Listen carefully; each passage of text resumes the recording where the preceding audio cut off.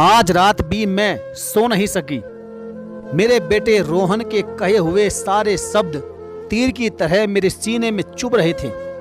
जब उसने बोला कि मम्मी, तुम्हें मेरे पिता का नाम बताना ही पड़ेगा, नहीं तो। ये सोचकर मैं डर के मारे सिहर उठी। रोहन मेरा एकमात्र सहारा था।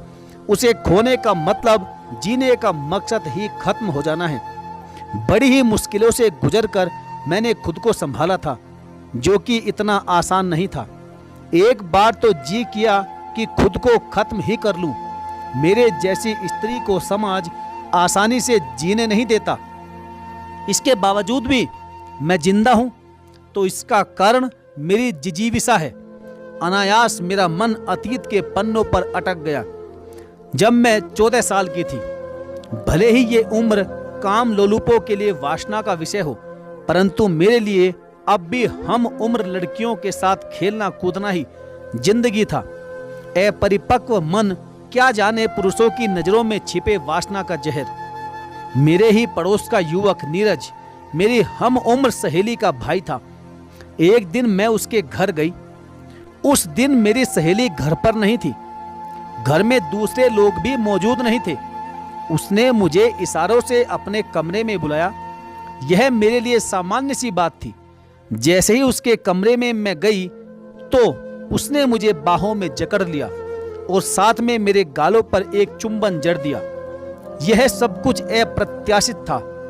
रेशमा घबराकर उसकी पकड़ से छूटने का प्रयास करने लगी। जैसे ही उसने अपनी पकड़ ढीली की, मैं रोने लगी। वह मेरे करीब आकर बोला, तुम मुझे बहुत अच्छी लगती हो, आई लव यू।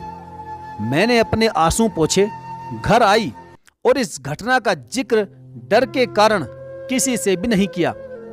आज इसी बात का दुख था।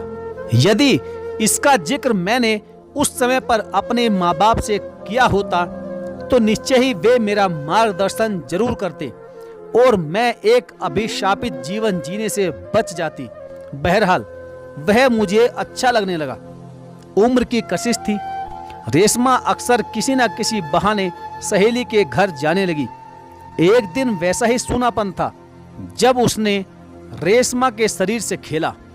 रेशमा मना करती रही, लेकिन वह कहाँ मानने वाला था। रेशमा बुरी तरह डरी हुई थी। घर आई, अपने कमरे में जाकर चुपचाप लेट गई। रह रहकर वही सारे दृश्य रेशमा के सामने नाचते रहे। सुबह जब नींद खुली तो माँ ने रेशमा की तबीयत का हालचाल पूछा। तब रेशमा ने बहाना बना दिया कि मेरे सर में दर्द हो रहा था। यह सिलसिला कई महीने चला।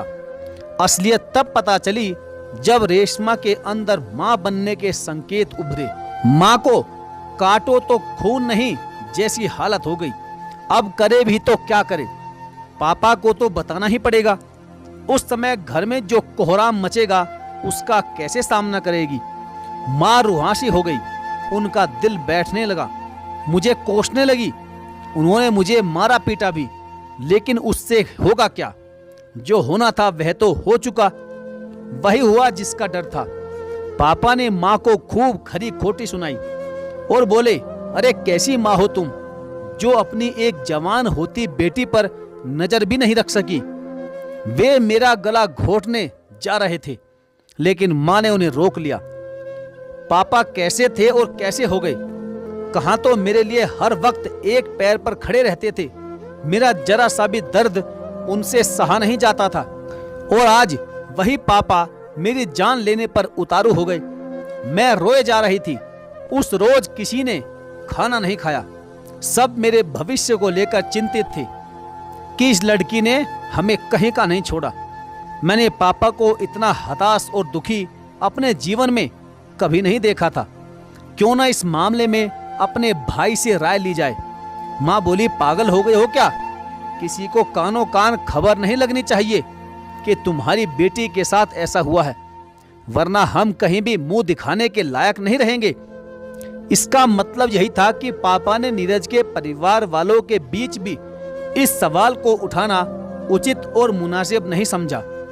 वे जानते थे कि कुछ हासिल नहीं होगा, बल्कि उल्टे समाज में हमारी बदनामी हो जाएगी, वो अलग।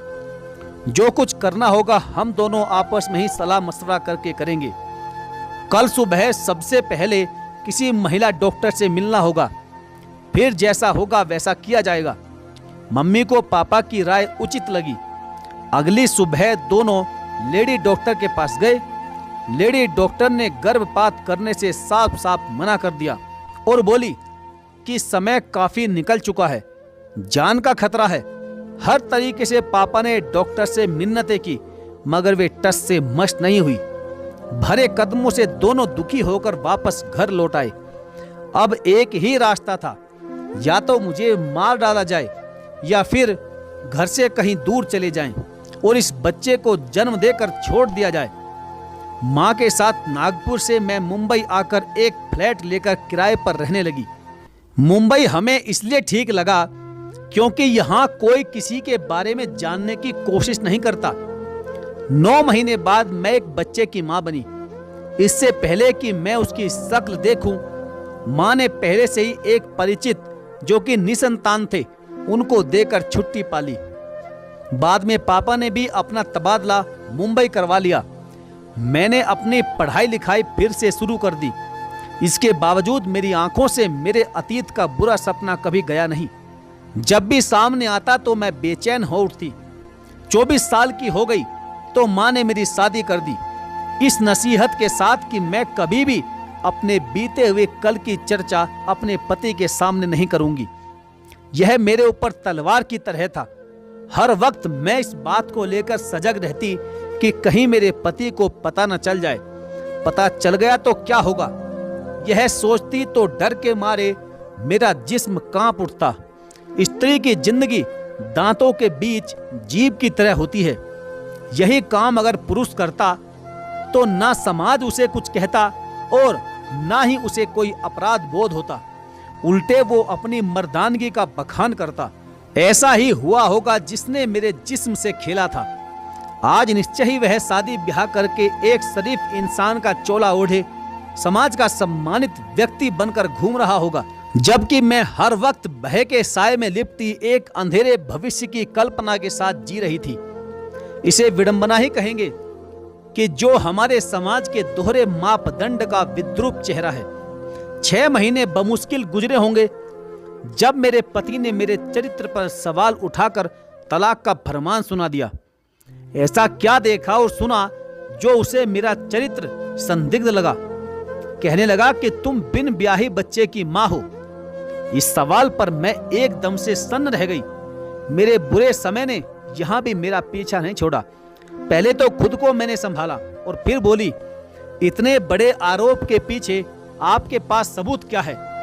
तो कहने लगा कि जिस अस्पताल में तुमने बच्चा पैदा किया था उसकी नर्स मुझे जानती थी। वह मेरे गांव की रहने वाली थी। एक दिन तुम और मैं एक मॉल में खरीदारी कर रहे थे, तभी उसने तुम्हें पहचान लिया था। उसने एक दिन मुझे अपने घर बुलाया, फिर तुम्हारे बारे में पूछा। मैंने बताया कि तुम मेरी पत्नी हो। मैंने महसूस किया कि वह मुझे कुछ बताना चाहती है, मगर संकोचवश नहीं कह रही थी। मैंने जोर दिया तो वह बोली कि क्या अपनी पत्नी के बारे में तुमने कुछ पता भी किया था या नहीं? मैं कुछ समझा नहीं।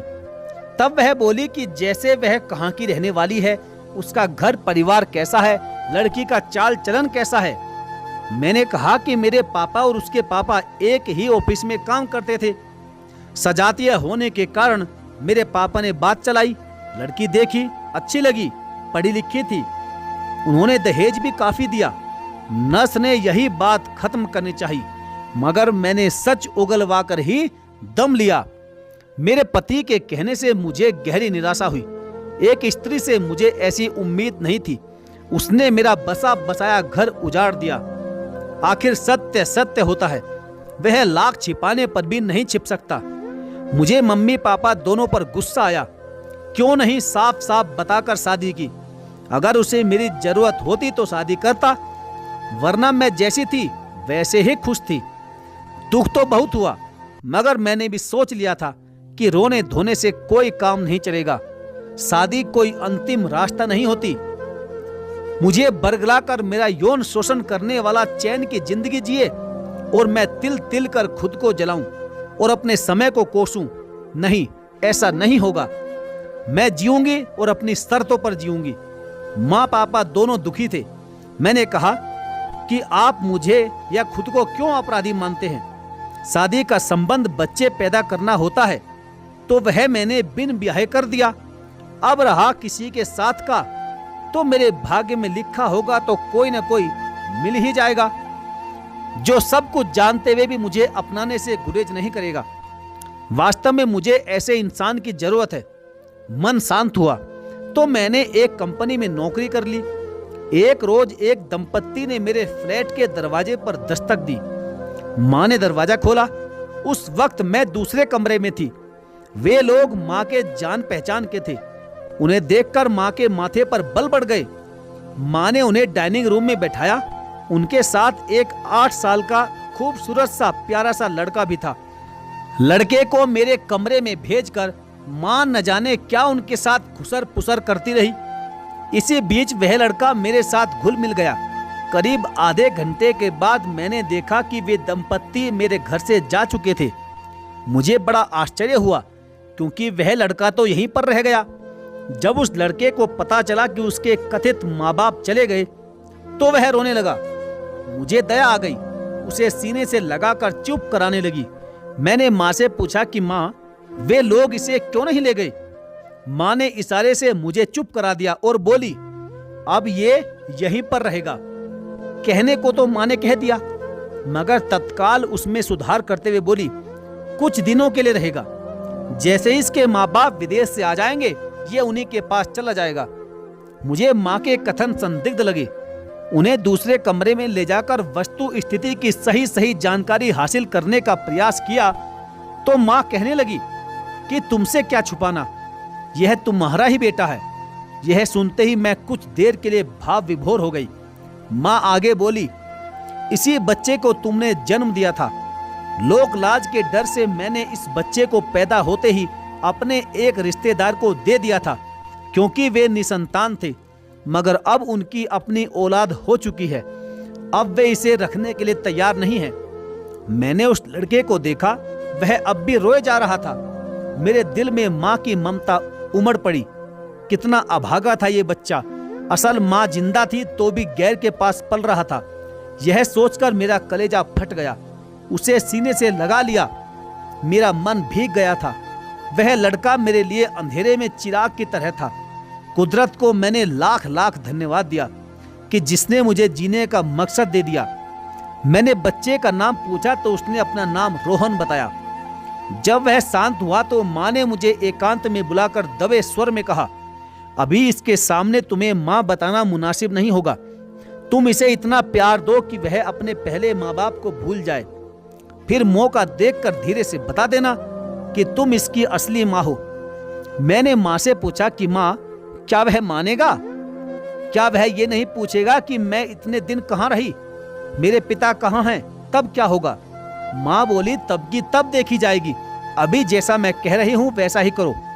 माँ ने यह कहा तो मुझे उनसे तर्क करना मुनासिब नहीं लगा। मैं कमरे से बाहर ड्राइंग रूम में आ गई।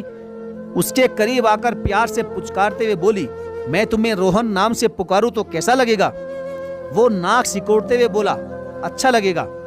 तो ठीक है रोहन, चलो आज मैं तुम्हें आइसक्रीम खिलाने ले चलती हूँ, कैसा रहेगा? मैं बहुत खुश थी। मेरे प्यार की तपिश पाकर उसके चेहरे पर मुस्कान की रेखाएं खिंच गई। जल्दी जल्दी मैंने अपने कपड़े बदले, उसको लेकर आइसक्रीम पार्लर में पहुंची। उस दिन मैंने रोहन पर जी भर के प्यार उड़ेला, और क्यों ना उड़ेलती, वह मेरे शरीर का ही अंश था। वर्षों तक उसके रूप रंग को लेकर तरसती रहती थी कि आज मेरा बेटा जिंदा होता तो कैसा होता। माँ ने उस समय कहा था कि वो मरा हुआ पैदा हुआ था। अगर जिंदा भी बताती तो क्या मैं उसे पालने के लायक थी? मैं तो उस वक्त खुद एक बच्ची थी। खैर, आहिस्ता आहिस्ता रोहन हम सबसे घुलता मिलता गया।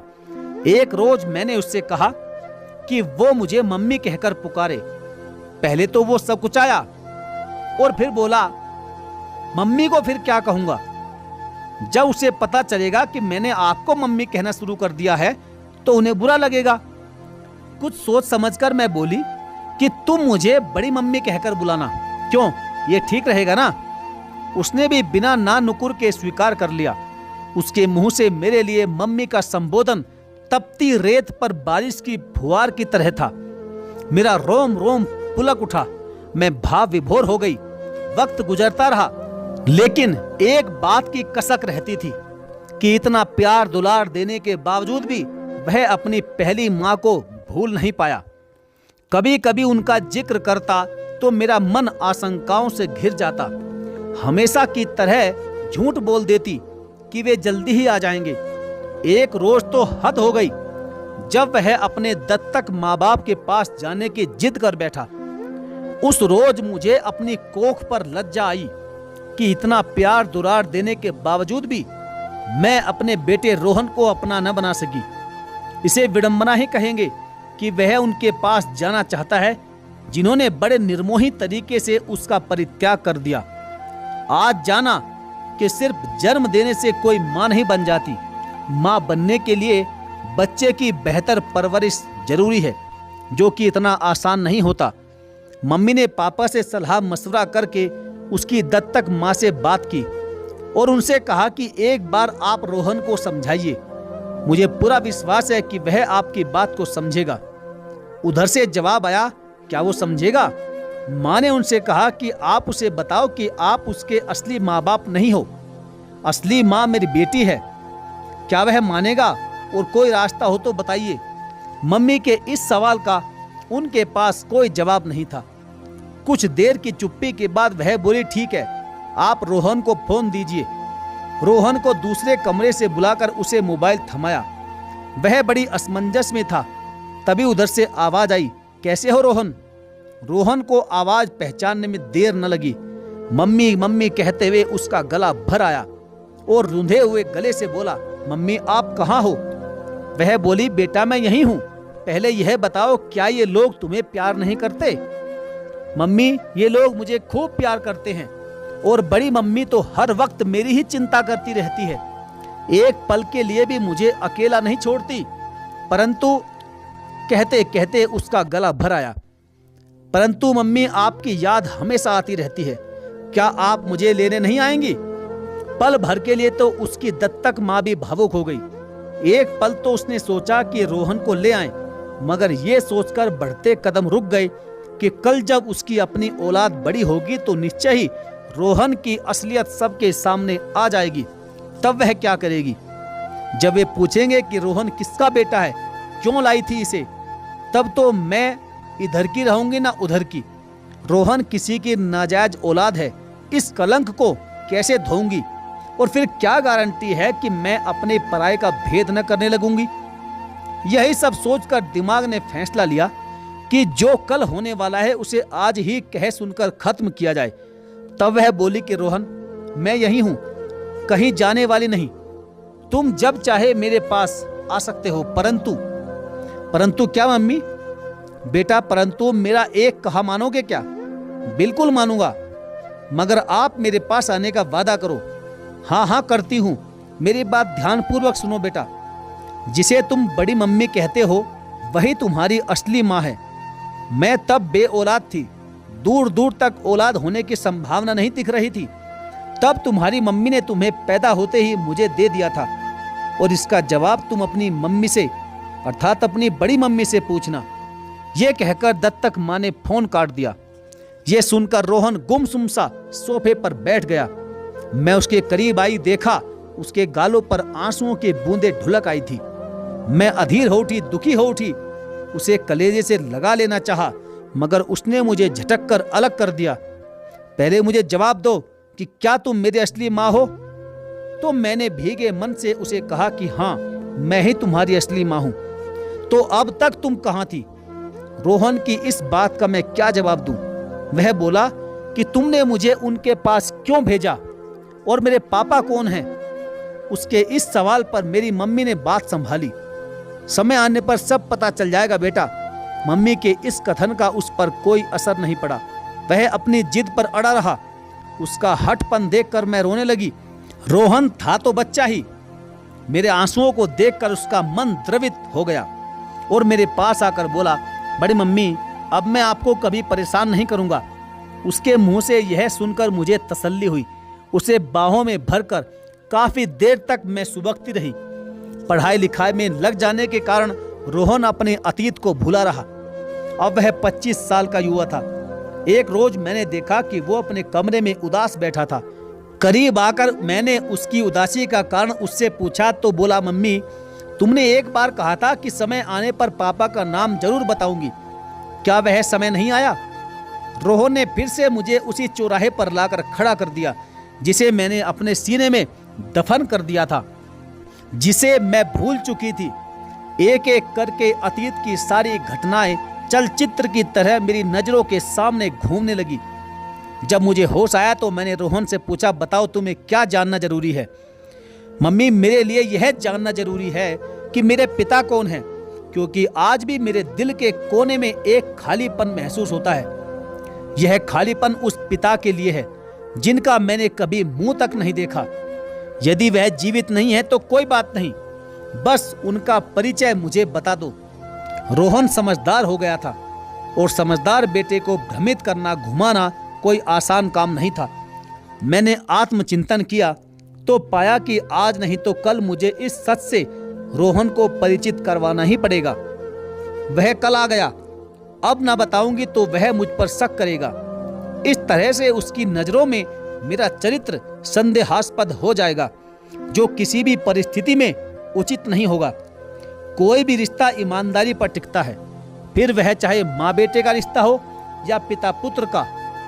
जिन रिश्तों की बुनियाद शक पर टिकी हो उनका बिखरना तय है। मेरे लिए रोहन ही सब कुछ था। मैं रोहन को खोना ही नहीं चाहती थी। इसलिए एक एक करके मैंने उस उम्र में घटित सारी घटनाओं का खुलासा कर दिया। तब वह बोला, वे करते क्या हैं? मैंने कहा, मुझे नहीं मालूम, बस इतना जानती थी कि उनका परिवार बहुत अमीर और संपन्न था। उन्होंने आपसे शादी क्यों नहीं की? मेरे मम्मी पापा जानते थे कि वे लोग काफी अमीर हैं। वे इस रिश्ते को कभी स्वीकार नहीं करेंगे, बिना वजह बदनामी हो जाएगी। इसी वजह से उन्होंने कभी पहल नहीं की। अब रोहन को निर्णय लेना था कि वह इसे किस रूप में लेता है। उसके चेहरे के बनते बिगड़ते भावों को देखकर लगा कि वो अंदर से बेचैन हो उठा था। यह देखकर मैं डर गई, कहीं कोई ऊंच नीच ना कर बैठे, तब तो मैं कहीं की ना रहूंगी। खैर, आधा घंटा गुजर गया। रोहन ऐसे ही गुमसुम सा बेख्यालों में खोया रहा। मैं उसके करीब बैठी रही। दुखद स्मृतियां मन पर बोझ होती है। बेशक कहकर मैंने अपना बोझ हल्का कर लिया। इसके बावजूद मन के एक कोने में भविष्य को लेकर आशंकाएं हिलोरे मार रही थी। मेरा भविष्य रोहन था। यदि रोहन को कुछ हो गया तो मैं कहीं की न रहूंगी। ये सोचकर मैं बुरी तरह डर के मारे कांप गई। उठकर किचन में गई, रोहन के लिए एक गिलास पानी लाई और गिलास उसकी तरफ बढ़ाया। गिलास पकड़ते हुए उसने एक नजर मेरी तरफ देखा। उसकी नजर में मैंने एक बदलाव देखा जो कि आशाजनक लगा। मैंने एक निश्चय किया है। उसके कथन ने मुझे संशय में डाल दिया। उसने कहा था कि मम्मी, जिसने तुम्हारी जिंदगी बर्बाद की है, मैं उसे दंड दिलाना चाहता हूँ, उसे सजा दिलवाना चाहता हूँ। क्या तुम इसके लिए तैयार हो? मेरे लिए यह आशा की किरण की तरह था। रोहन को लेकर जैसा सोचा था वह उसके विपरीत निकला। यह मेरे लिए सुकून की बात थी। वहीं यह सोचकर दिल बैठने लगा कि फिर से गड़े मुर्दे उखाड़े जाएंगे।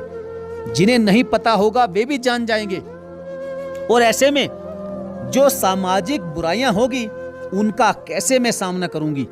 तब रोहन ने कहा कि मम्मी, ज्यादा सोच विचार की जरूरत नहीं है। जब मुझे कोई परेशानी नहीं है तो आप क्यों परेशान हैं? मैं उस व्यक्ति को बेनकाब करना चाहता हूं जिसने आपकी और मेरी, हम दोनों की जिंदगी बर्बाद की है और खुद इज्जत की जिंदगी जी रहा है। मैं फिर बोली, फिर भी लोग क्या कहेंगे बेटा? अरे मम्मी, इसकी चिंता क्यों कर रही हो? अरे जिससे छुपाना था उससे तो छुप नहीं सका, यानी मुझसे। तो फिर समाज से क्या छुपाना? सारा सच सामने आएगा तो निश्चय ही लोग हमारी मदद करेंगे। समय बदल रहा है। रोहन के कथन से मुझे हिम्मत मिली। क्यों औरत ही हमेशा पुरुष के व्यभिचार को सहे, कुकर्म पुरुष करे और ताउम्र स्त्री छुपाए, बिन अपराध के अपराध बोध के बोझ को ढोए? क्या ये खुद के प्रति अन्याय नहीं है? मैंने पूछा, तुम क्या उसे पिता मानोगे? जन्म दिया है तो पिता कहलाएगा ही, मगर जो सम्मान उसे देना चाहिए मैं उसे कभी नहीं दूंगा। उसने तुम्हें और हमें एक जिल्लत की जिंदगी दी है। मैं चाहता हूं कि उसे उसके किए की सजा जरूर मिले।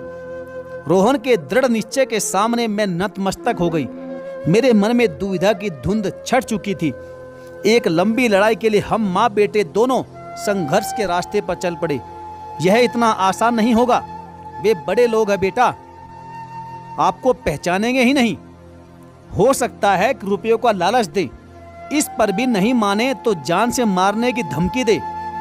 वकील ने कहा, इस जिल्लत भरी जिंदगी से अच्छा है मर जाना। रोहन वकील से बोला, वकील साहब, जब मेरा कोई बाप ही नहीं है तो मैं क्या मुंह दिखाकर समाज में जीऊंगा। वकील बड़ा ही संवेदनशील और समझदार था। कुछ सोच समझकर बोला, ठीक है, मैं जल्द ही तुम्हारी तरफ से केस दायर करता हूं। कानूनी अड़चने आएंगी, समय लगेगा, लेकिन मुझे पूरा विश्वास है कि तुम्हें न्याय जरूर मिलेगा। रोहन बोला, वकील साहब, समय क्यों लगेगा? क्योंकि जल्दी से वे जैविक टेस्ट करवाने के लिए तैयार नहीं होंगे, हजार बहाने बनाएंगे। रोहन बोला, तो फिर क्या हुआ? एक न एक दिन आखिर उन्हें तैयार होना ही पड़ेगा। रोहन के पिता का कोई वारिस नहीं था। उन्होंने शादी तो की थी लेकिन निसंतान थे। करोड़ों की संपत्ति थी, संयुक्त परिवार था, लिहाजा उन्होंने अपने जीते जी अपनी सारी संपत्ति संयुक्त परिवार के नाम पर कर दी थी। यह बात वकील के मार्फत मुझे पता चली। और विडंबना देखिए, जिससे औलाद पैदा हुई वह संबंध अवैध था, वहीं जो वैध था उससे कोई संतान नहीं हुई। रोहन के पिता नीरज को नोटिस मिला तो वे बेहद विचलित हो गए। इस उम्र में उनके दामन पर दाग लगे, यह उन्हें गंवारा नहीं था। पहले तो छुपाया मगर छिपा न सके। सबको पता चल गया कि उन्होंने कुंवारेपन में एक लड़की का यौन शोषण किया था। वो भूल चुके थे। वो तो यह भी नहीं जानते थे कि मैं एक बच्चे की माँ हूँ। सोचते होंगे कि यदि मैं माँ बनी भी होंगी तो भला कौन कुंवारी माँ बनना चाहेगी, लिहाजा अबॉर्शन करवाकर छुट्टी कर ली होगी। लेकिन नियति को तो कुछ और ही मंजूर था। बदनामी के डर से उन्होंने मेरे वकील को अपने घर बुलाया। वकील ने मेरे हक की बात की। वो झूठ भी तो बोल सकती है। नीरज बोला, 1 करोड़पति आदमी की संपत्ति पर हक जताने के लिए ऐसा कर रही है। तब वकील ने कहा कि इसके लिए डीएनए टेस्ट अर्थात जैविक टेस्ट है ना, दूध का दूध और पानी का पानी हो जाएगा। वकील ने आगे कहा, वैसे एक रास्ता है। नीरज ने कहा, वह क्या? नीरज की सोच पर बल पड़ गई। वकील ने कहा कि आप अच्छी तरह जानते हैं कि वह क्या है, इसलिए मैं आपको यही राय दूंगा कि उसे स्वीकार कर लीजिए। बिना वजह कोर्ट कचहरी में उल्टे पुल्टे सवाल पूछे जाएंगे। उसके बाद जैविक टेस्ट होगा, फिर आपको उसे स्वीकार करना ही पड़ेगा। नीरज बोला, ठीक है, मगर मेरे परिवार वाले कैसे मानेंगे कि वह मेरा ही पुत्र है? उन्हें पुख्ता सबूत चाहिए। मेरी भी शंका का समाधान होना चाहिए। वकील ने कहा, यानी आप रोहन को पुत्र के रूप में स्वीकार करने के लिए तैयार हैं? कुछ सोच समझकर नीरज ने कहा, अपनी औलाद का मोह किसे नहीं होता वकील साहब। उनका स्वर नम्र पड़ गया। कहने को तो मेरे चचेरे भाई भतीजे बहुत हैं, मगर मेरा अपना कहने वाला मेरे पास कोई नहीं है। नीरज की बातों से लगा कि उन्हें संतान न होने की कसक थी। कोर्ट के फैसले के तहत पिता और पुत्र का जैविक अर्थात डीएनए टेस्ट हुआ। रिपोर्ट पॉजिटिव थी। जानकर हम दोनों माँ बेटे की खुशी की सीमा न रही। नीरज को रोहन को पिता का नाम देना ही पड़ा। चचेरे भाइयों ने रोहन का भरसक विरोध किया। उन्होंने अपने वकील से भी राय ली कि यदि उन दोनों के शारीरिक संबंध से कोई संतान होती है तो जरूर कानूनन जैविक पिता की संपत्ति पर उस संतान और उसकी मां का पत्नी के समान हक है। यह नियम लिव इन रिलेशन में भी लागू होता है। वकील ने समझाया कि शादी ना हुई हो तब भी। तब चचेरे भाई ने पूछा, क्या तब भी? वकील बोला, जी हाँ, तब भी वह स्त्री पत्नी के रूप में ही जानी जाएगी। वह सब कानून के आगे लाचार थे। रोहन ने कहा कि मम्मी, न्याय ही मेरे पिता के लिए दंड था। अब मैं भी सिर उठाकर कह सकूंगा कि नीरज मेरा पिता है, अर्थात मैं नीरज का बेटा हूँ। रोहन की आंखों में झलकते आत्मविश्वास की झलक से मैं अभिभूत थी। तभी वकील साहब अचानक कमरे में दाखिल हुए और बोले कि उनकी करोड़ों रुपए की संपत्ति के मालिक तुम ही होंगे। रोहन ने कहा, नहीं सर, मुझे संपत्ति का कतई लालच नहीं है। मैं सिर्फ अपने उस कलंक को धोना चाहता था जिसका अपराधी मैं था ही नहीं। मेरी माँ ने मुझे जन्म दे दिया, मगर कितनी ऐसी माएँ होंगी जो लोक लाज के डर से अजन्मे बच्चे को गर्भ में ही मार देती हैं। मुझे ऐसी माँओं से सहानुभूति है। वहीं ऐसे पुरुषों से बहुत नफरत है जो किसी अपरिपक्व लड़की को बरगला फुसलाकर उसका यौन शोषण करते हैं और फिर उसे नारकीय जीवन जीने के लिए छोड़कर भाग जाते हैं। मेरी और मेरी माँ की कोशिश ही उनके लिए एक सबक साबित होगी। तो साथियों, ये थी आज की हमारी जबरदस्त कहानी। आपको ये कहानी कैसी लगी, आप कमेंट बॉक्स में अपनी राय लिखना बिल्कुल ना भूलें। और हाँ, यदि आप हमारे चैनल पर पहली बार हैं तो चैनल को सब्सक्राइब करके बेल आइकन को जरूर प्रेस कर लीजिएगा। तो चलिए साथियों, मिलेंगे फिर और किसी दमदार कहानी के साथ। तब तक के लिए धन्यवाद। जय हिंद।